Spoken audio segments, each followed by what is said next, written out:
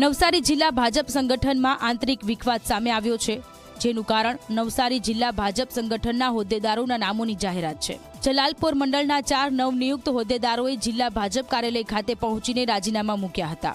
ઉચ્ચ સ્તરે રજૂઆત હોવા છતાંની સાથે અન્યાય થયો હોવાનો આરોપ લગાવ્યો છે। જલાલપોરના કોઈપણ હોદ્દેદારને મહામંત્રીનું પદ ન અપાતા રોષ જોવા મળ્યો છે।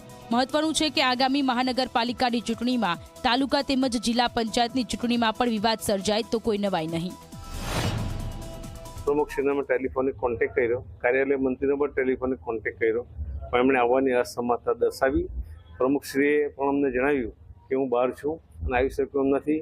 કોઈ એમના વતી કોઈ અમારે રાજીનામા સ્વીકારવા માટે પણ તૈયાર નથી, છતાં અમે એમને રિક્વેસ્ટ કરી, એમણે કીધું મારા ટેબલ પર મૂકી જાઓ, એટલે અમને એમના ટેબલ પર રાજીનામા મૂકી આવ્યા છે। ભારતીય જનતા પાર્ટીના એકદમ સંનિષ્ઠ કાર્યકરો છે અને પાર્ટીની કોઈ પણ કામગીરી હશે કાર્યકર તરીકે અમે કરીશું, જવાબદારી મુક્ત રહીને અમે કાર્ય કરવા માટે ખાતરી આપીએ છીએ।